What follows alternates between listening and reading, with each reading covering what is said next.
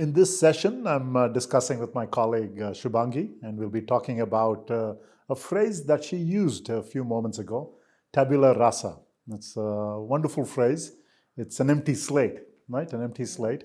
And the question is that how we, do we write our purpose, what we want to express on this empty slate, or is there already something there for us to discover, right? Is life an open book that we then write these sentences and the paragraphs, or do we work with some materials already there? Maybe the other concept is a draft. Do we already have a draft that we improve over time, or is it an open book? So let me ask that. So you used the phrase. What did you mean by that, tabula rasa? So this phrase actually has stayed with me for quite some time. It has always been there. Yeah, so what it means that you're born with a blank slate, and then that's what Aristotle says, right? You go on to write your own story. Your destiny. Yeah. So you create it. I've always been conflicted about it.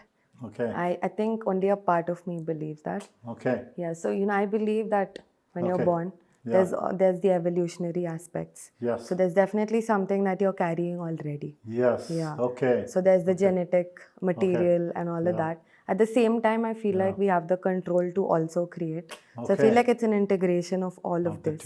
Yeah, not just a blank slate in terms of what you can do about it once you realize the other things, I guess. Right. Like the existing set of your skills or whatever it is, your potential. Right. Yeah. Okay. But the slate itself may be shaped differently for different people. Yeah, definitely. Okay. And also where you want to take that slate again, like what you want to do on it. And so you mentioned in an earlier conversation that really that expressing something. And, I should tell you, I see you as a very thoughtful person, thoughtful, deep thinking, doing things with a lot of thought and so on. So what would be the kind of ideal, again, assuming there's an ideal, kind of a work setting where this kind of thoughtfulness is expressed fully in your own mind? Yeah. Is it an academic setting? Is it in a company? Is it, what is your sense of where? Well, I think it's academia, so I'm here. Yeah. Okay. Yeah, I think this is the space where I get to be creative.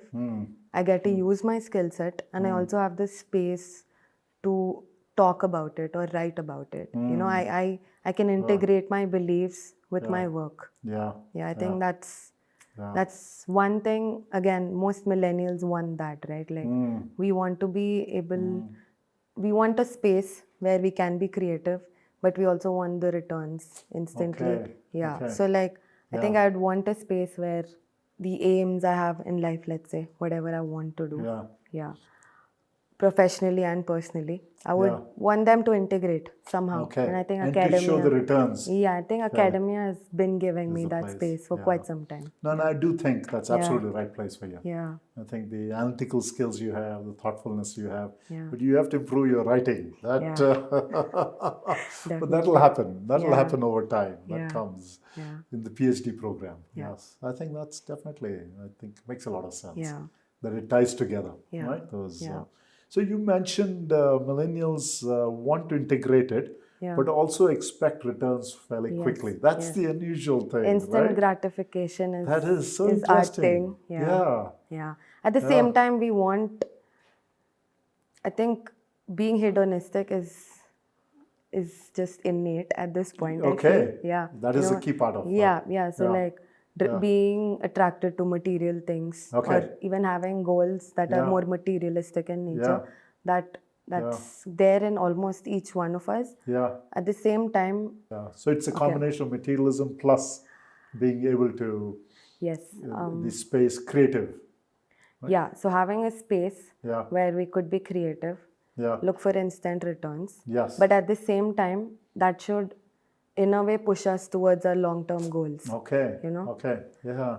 Like say I'm working here right now. Yeah. On an everyday basis, I would look for some or the other return or some or the other reinforcement that would make me feel like, okay, like I'm satisfied, Okay. Some sense of satisfaction. Right. At the same time, I want this to build up towards something big. So that makes me think. I'm wondering if, for many of us, especially baby boomers and Gen X and so on, we sort of think either or, right? Either or means either you suffer in the short term to get your returns in the long term. Yeah, That's yeah. what we've been told as Yeah. kids. Parents told us, you have to sacrifice. Yeah. That sense of sacrifice, and then you get your returns. Yeah. Right? Or the other extreme, enjoy, the grasshopper, the Yeah. story of the grasshopper Yeah. and the ant and the grasshopper. Yeah. It's a neither or story.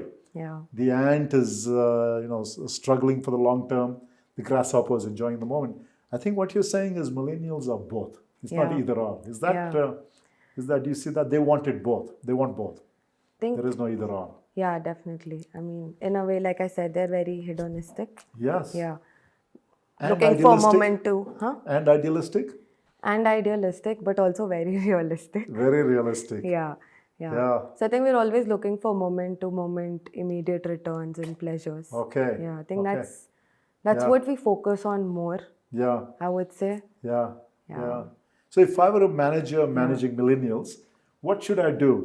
We have done some Yeah. work on it. Yeah. What are some? Of course, it's almost impossible task. Yeah. It's Yeah. it's not going to be easy. Yeah. But what are some things? I guess, do we create the work environment which is meaningful to millennials? What's your sense? I think the biggest problem that I see is the approach of most organizations, that is one approach fits all.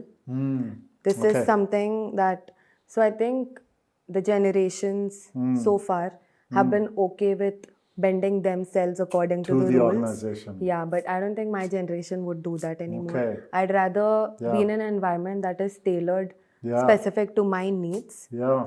because that will also make sure that my efficiency is higher.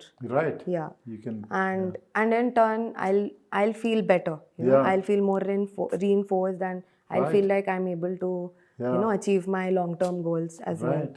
So I Okay. think doing away with the one size fits yeah, all. one size fits all, and Yeah. actually, Yeah. maybe creating teams where you put similar people together, Yeah. or something like that. Yeah. Yeah. Giving millennials the ability to shape their work. Yeah, To yeah. craft their work. Yeah. They And I were think the giving them space to really ask them what it is that they want. They want. Yeah, I think that matters quite a lot. Very interesting. Yeah. So it's almost as if, I see the analogy to products. Yeah. 20, 30 years ago, Yeah. basically everyone bought similar. You couldn't Yeah. expect the product to be customized to you. Yeah. But now digital and the way we practice management, Yeah. products do get customized. Yeah. And the way workplaces too Yeah. need to be customized Yeah. to the individual. Yeah. It seemed like an impossible thing, but I Yeah. guess... I think more flexibility at workplace is what we expect. Okay. Yeah. Okay. I think Yeah. that's one thing. More mentoring? Mentoring. More and that? mentoring, yes. Okay. More mentoring in Yeah. a way that gives us a space to be who we are. Yeah, without Yeah. micromanaging. Yeah. Yeah. Okay. I Yeah. think, Yeah. and Yeah. what else? More understanding of what you care about. Is that, for the manager to know what you value. Yeah, exactly. I think my values Yeah. that I carry to workplace, that matters. Understanding that. Yeah, understanding that. And is this doable? Have you come, actually, you've not worked, so, but No, have this you come is- across earlier, before you Yeah. joined here? Yeah. Have you come across anyone who's been like this, or heard from your friends that they have managers who are like this? Definitely, yeah. What do Like you hear? a lot of people my generation have now been working, people who've studied engineering and stuff Yes. like that. So what I've heard from quite a lot of them is most of them who are in smaller organizations like startups and think tanks and all. So they have a smaller community which gives the leader, let's say, more space to interact with everyone. Right. So the ratio is small. Okay. And Okay. I think that's Yeah. an advantage to the leader as well, because more time and space to manage. Each of them. Right? Yeah. And Yeah. I feel like they are happier in a way because their leader is listening to them. Right. Yeah. Right. If not catering to all their needs, at least listening to them. Think, They don't have to agree, but at least listen. yeah. They have space for disagreement as well. Right. That matters a lot. Right, right. So that's something very interesting, space for disagreement. So many people I talk to say that there needs to be that willingness of the leader, the manager, Yeah. to hear feedback that may not Yeah. be aligned with what that Yeah. person's saying. Yeah. That kind of psychological safety, is that something that's critical to hear? I'm not going to be surgy all the time, right? Yeah. Be a yes person. Yeah. Is that a critical work environment? Definitely. Self-distancing is something we were Self-distancing. talking about recently. Yes. Just stepping back and observing, Yes. and in a way being more mindful, I guess. You know, Yes. that I think a lot of leaders miss out on. Don't have that, Yeah. right? So just giving Yeah. the employee the space Yeah. where they can be fully expressive. Yes. I think that yeah. matters a lot. And perhaps express in ways that may not be aligned with Yeah, what I exactly. Like feel being and think. accepting of the other person's beliefs. Just Yeah. I think having that respect is very important. Yes, Yeah. yes. And that respect for, multiple perspectives and being Yeah. inclusive about Yeah. them, right? Yeah. These are not easy. When you No. grow up No. with a particular way of looking at the world and you want to Yeah. impose that. Yeah. I think honestly that's why millennials are facing more issues at workplace because we want to be rigid about our beliefs and how we want things. At the same time, we're trying to fit into the existing Set up. framework. And so Yeah. that conflict, Yeah. I think that is Yeah. the complaint from most managers as well. That Yeah. this conflict creates quite a lot of problems. Their efficiency goes down. There are a lot of fights at work. Right. All kinds of things happening. I think. Yeah. And on the other side, people think millennials are entitled. Yeah. They want it both ways. Yeah. They're not willing to compromise. Yeah. They're not willing to think long term. Yeah. Yeah, it's not an easy one, and there is some truth to it. Yes. Right? Yeah. There is some. It's not an easy thing, but hopefully over time we'll work out the answers. Yeah. And this is a tough challenge that hopefully Beingful approaches. What you mentioned of the whole self at work, becoming more aware of what millennials value in their life, what gives them meaning, that awareness, that understanding, and not that one size fits all. I think that's a very important one. That you have to customize. Yeah. Leadership is to be able to understand and appeal to the individual. Yeah. Not expect generic statements to inspire people, right? Okay. This is something definitely worth future research, I guess. Yes, definitely. Great.